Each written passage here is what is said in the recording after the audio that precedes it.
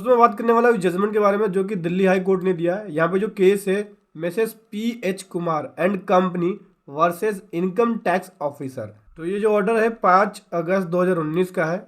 इसके अंदर हम समझ लेते हैं क्या ऑर्डर है। यहाँ पे एसएससी ने अपील किया, जो ऑर्डर इशू किया गया था किसके द्वारा, इनकम टैक्स अपील ट्रिब्यूनल के द्वारा, ठीक है, फॉर द असेसमेंट ईयर 2001-2 के लिए। यहाँ पे क्वेश्चन ये रेज हुआ है लॉ के अंदर कि यहाँ पे जो डिसअलाउ किया गया 2 लाख रुपए बिजनेस लॉस के अंदर, जो स्टॉक में आग लगने की वजह से लॉस हुआ, उसको एसएससी ने अपने पीएनएल के अंदर डेबिट किया, ठीक है, और उसका डिडक्शन क्लेम किया, लेकिन असेसिंग ऑफिसर ने उसको डिसअलाउ कर दिया है। ये क्वेश्चन रेज हुआ है लॉ के अंदर।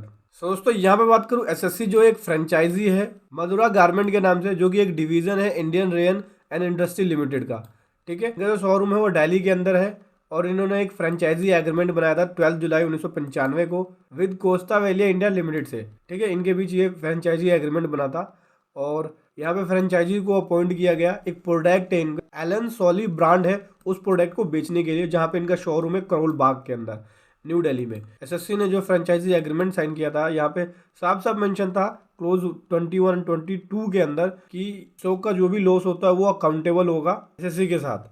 अब नवंबर 2000 के अंदर फ्रेंचाइजी का एग्रीमेंट कैंसिल हो गया और जो पेमेंट थी वो सेटलमेंट की गई। तो 2 लाख रुपए का ऐसा अमाउंट था जो लॉस ऑफ स्टॉक की वजह से था, मतलब स्टॉक में आग लगने की वजह से था। उसने 2 लाख रुपए अपने असेसमेंट ईयर 2001 के अंदर क्लेम कर लिया डिडक्शन के रूप में, लॉस ऑफ स्टॉक के रूप में, जो आग लगने की वजह से हुआ। 2,22,080 रुपए। यहाँ पे असेसिंग ऑफिसर ने इसके केस को देखा, इसके असेसमेंट ईयर की रिटर्न को देखा और 2 लाख रुपए जो उसने लॉस ऑफ स्टॉक की वजह से क्लेम कर रखा था उसे डिसअलाउ कर दिया, ठीक है, क्योंकि वो पीएनएल के अंदर नहीं आएगा। अब यहाँ पे उसने एसएससी ने commissioner of income tax appeal को अपील करी 16 फरवरी 2004 को। यहाँ पे commissioner of income tax appeal ने भी इसके डिस्प्यूट को या इसके अपील को कैंसिल कर दिया। जो डिडक्शन उसने लिया था उस डिडक्शन को डिसअलाउ कर दिया। फिर उसके बाद एसएससी ने दोबारा अपील करी। इसने अपील करी इनकम टैक्स अपील ट्रिब्यूनल के अंदर। इनकम टैक्स अपील ट्रिब्यूनल ने भी इसको डिसअलाउ कर दिया।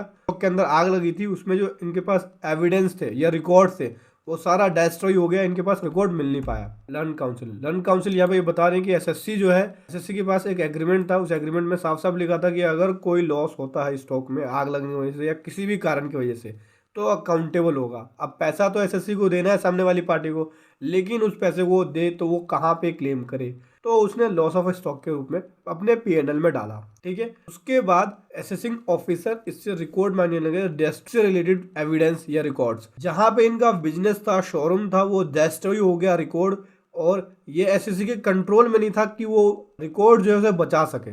नाउ हम बात करें, अब हम कोर्ट जो है, कोर्ट ने यहाँ पे फैसला लिया है कि एसएससी के फेवर में अफर्मेटिव फैसला लिया है। इस तरह के सिचुएशन में इसके पास रिकॉर्ड नहीं था तो यहाँ पे इसको अलाउ कर दिया जाए। रेवेन्यू के अगेंस्ट यहाँ पे कोर्ट ने फैसला दिया है, अपना जजमेंट दिया है। और जो commissioner of income tax appeal और इनकम टैक्स अपील ट्रिब्यूनल का जो ऑर्डर था उसे उनके ऑर्डर को मान्य नहीं किया। और यहाँ पे जो एसएससी था, एसएससी ने जो डिडक्शन क्लेम कर रखा था 2 लाख रुपए को, उसको यहाँ पे कोर्ट ने अलाउ कर दिया है। तो समझ गए दोस्तों, यहाँ पे जो स्टॉक का लॉस हुआ आग लगने की वजह से और रिकॉर्ड भी नहीं मिल पाया, तो कोर्ट ने अब एसएससी के फेवर में फैसला लिया है और एसएससी ने जो डिडक्शन क्लेम किया उसको अलाउ कर दिया है।